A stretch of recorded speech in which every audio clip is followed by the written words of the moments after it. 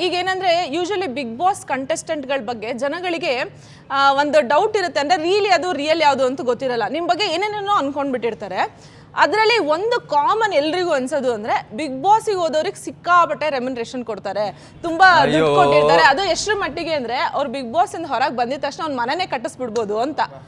So ಇದ್ರ ಬಗ್ಗೆ first answer ಸ್ನೇಹಿತೆ ಮಾಡ್ಲಿ. ನನಗೆ ಎಲ್ಲೋ ಯೂಟ್ಯೂಬಲ್ಲಿ ನೋಡಿದೆ, ನನಗೆ 18 ಲಕ್ಷ ರೆಮ್ಯುನರೇಷನ್ ಬಂದಿದೆ ಅಂತ. ಅಷ್ಟು ಬಂದಿಲ್ಲ, ನನಗೆ ಬಂದಿರೋ ರೆಮ್ಯುನರೇಷನ್ ಎಲ್ಲ ಬಟ್ಟೆಗೆ ಆಗಿದೆ ಅಂತ ಹೇಳಕ್ ಇಷ್ಟ. ಅಂದ್ರೆ ಸ್ನೇಹಿತ ಅಷ್ಟು ಕಾಸ್ಟ್ಲಿ ಬಟ್ಟೆ ಹಾಕ್ತಾರೆ ಅಂತ ಅರ್ಥ. ಇಲ್ಲ, ಅವ್ರ ಹತ್ರ ಇರೋದು ಹುಡುಗಿ ಡಿಸೈನರ್, ಅದಕ್ಕೋಸ್ಕರ ಆಯಾ ಮಾಡ್ಕೊಂಡು. ಓಕೆ, ಮೈಕಲ್ ಅವರು ಪರವಾಗಿಲ್ಲ, ಅಷ್ಟಲ್ಲ ಏನು ಜಾಸ್ತಿ ಇಲ್ಲ, ಬಟ್ ಓಕೆ ಓಕೆ ಚೆನ್ನಾಗಿ ಪೇ ಮಾಡಿದ್ರು. 96 ದಿನ ಬಂದ್ರೆ ಅದಕ್ಕೆ ಓಕೆ ಪೇಮೆಂಟ್ ಒಂದು ತಿಂಗಳಿಗೆ ಬಂದಿರೋರು. 1 ತಿಂಗಳು 3 ವಾರ. ಸರಿ, ಹಾಗಿದ್ರೆ 1 ತಿಂಗಳಿಗೆ ಬಂದಿರೋರ ಹತ್ರನೇ ಕೇಳೋಣ ರಕ್ಷಕ್ ಅವರಿಗೆ. ಇಲ್ಲ, ನಾನು ಪೇಮೆಂಟ್ ವಿಷಯದಲ್ಲಿ ನಿಜವಾಗ್ಲೂ ಬಕ್ರ ಆಗ್ಬಿಟ್ಟೆ. ಯಾವುದೋ ಮೂಡೋದಿದ್ದೆ ಅವತ್ತು, ನನಗೇನೋ ಒಂದು ಕೆಲಸ ಆಗಬೇಕಿತ್ತು, ಆಗಿರಲಿಲ್ಲ. ಸುಮ್ಮನೆ ಕಾಲ್ ಬಂತು, ಒಪ್ಕೊಂಡೆ. ಏನಕ್ಕೆ ಅಂತ ನನ್ನ ಮನೇಲೂ ಹೇಳಿದರು, ದುಡ್ಡುಗೆಲ್ಲ ತಲೆ ಕಟ್ಸ್ಕೊಂಬೇಡ, ಹೋಗು ಫಸ್ಟು ಅಂತ. ಅದಾದ್ಮೇಲೆ ಆಚೆ ಬಂದ ಗೊತ್ತಾಯಿತು. ಸೊ ಕೆಲವ್ರದ್ದು ಪೇಮೆಂಟ್ ಕೇಳ್ಬಿಟ್ಟು ನನಗೆ ಹೊಟ್ಟೆ ಹೋಗಿ ಆಯಿತು.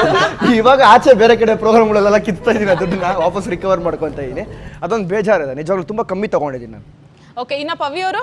ನಾನು ಆ್ಯಕ್ಚುಲಿ ಹೋಗ್ಬೇಕಾದ್ರೆ ಫಸ್ಟ್ ಮಾತಾಡ್ಕೊಂಡು ಹೋಗಿದ್ದೆ ಪೇಮೆಂಟ್. ನಾನು ಮಾತಾಡಿದ್ದೆ, ನಾನು ಪೇಮೆಂಟ್ ಇಷ್ಟ ಆಗಿಲ್ಲ, ಇಷ್ಟ ಇಲ್ಲ ಅಂತ ನಂದು ಹೋಗಲ್ಲ ಅಂತ. ಸೊ ಅದು ಆಮೇಲೂ ಅಷ್ಟೇ, ಅದು ಎಷ್ಟು ಕೊಟ್ರಾ ಫೋನಲ್ಲಿ ಹೇಳ್ತೀನಿ, ಮೆಸೇಜ್ ಮಾಡ್ತೀನಿ. ನಾನು ನನ್ನ ನಂಬರು ತಗೊಂಬೋದು, ನೀವು ಮೆಸೇಜ್ ಮಾಡ್ತೀನಿ, ಓಕೆನಾ? ಸೊ ಯಾಕೋ ಇಲ್ಲಿ ಇರೋದ್ರಲ್ಲಿ ಸ್ವಲ್ಪ ಹೈಯೆಸ್ಟ್ ನನಗೆ ಅನಿಸ್ತಾ ಇದೆ. ಹೌದಾ?